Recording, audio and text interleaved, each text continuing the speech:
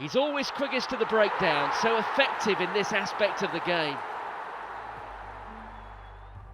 Welcome back to Green Flag at the Breakdown, coming to you this week from the heart of the West Country.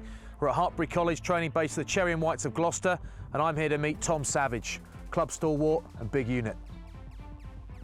So Tom, let's take it back 4 or 5 years, and I've heard a bit of chat that you were actually painting the walls of a pub nearby, and you turned up and asked for a crack. I managed to sneak a little place on the Gloucester pre-season via Alan Lewis, who was the Hartpury coach at the time, and the only way I could stay is if I had to rush off in between sessions and clean bedrooms and paint walls. You wouldn't leave, and they ended up giving you a contract. They ended up having free lunch, and it ended up in a contract. Yeah, it was just a bonus. They it was kept like, trying to get rid of you, but you stuck around. Yeah, this kid is just eating us out of house and home, and we'll just at least get him on the payroll, and we'll see if he's any good. By the sounds of things, you'd have been a painter or decorator if you hadn't been a rugby player. Probably laugh at this, looking at the size of me, but my family is quite into cycling, and my older brother. Yes, I would laugh. A lot of power in there, though. Yeah, there's a lot of power in there, but maybe a few broken bikes. But my older brother's a professional cyclist. My dad's always been into his motorcycle, so when we were kids, it was we weren't into rugby or anything like that. Less food, less weights. Yeah. And you wouldn't have struggled. You might struggle on the hills a bit now. Yeah, probably, I'll be good at going down. Good down. Good down. Good down. I'm I'm not sure about going up though. Yeah,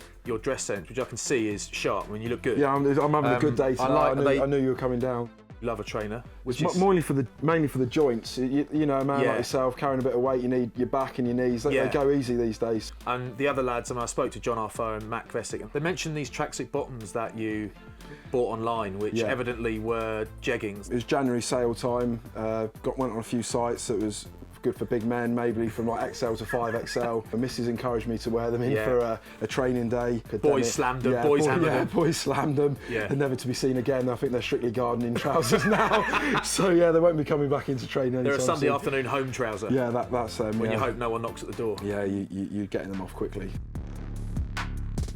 So not a brilliant start to the season for Gloucester, but things seem to be really kicking on. Since the turn at Christmas, our form was really picked up. There was a huge turnover in player. New coaches were coming in. In terms of all the change last summer, Laurie Fisher's a big one. You can get a bit of a laugh out of him, but you know when push comes to shove, he's really serious. He's pretty innovative with his training, some of his training methods, and he's always keeping training fresh, and his drills are really good.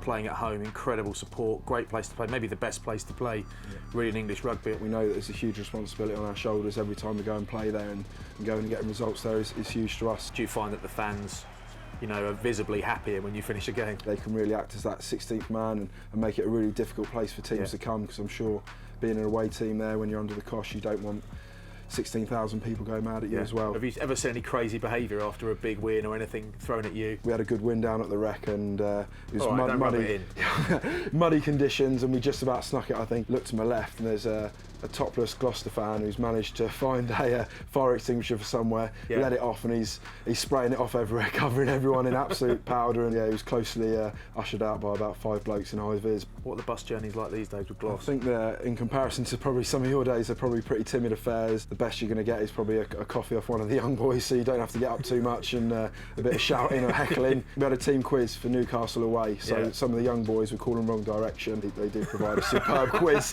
which shortened a bit of the journey, so yeah, it was good. Good luck to you, mate. Thanks awesome. for talking to us. Thank you very much. Good to see you.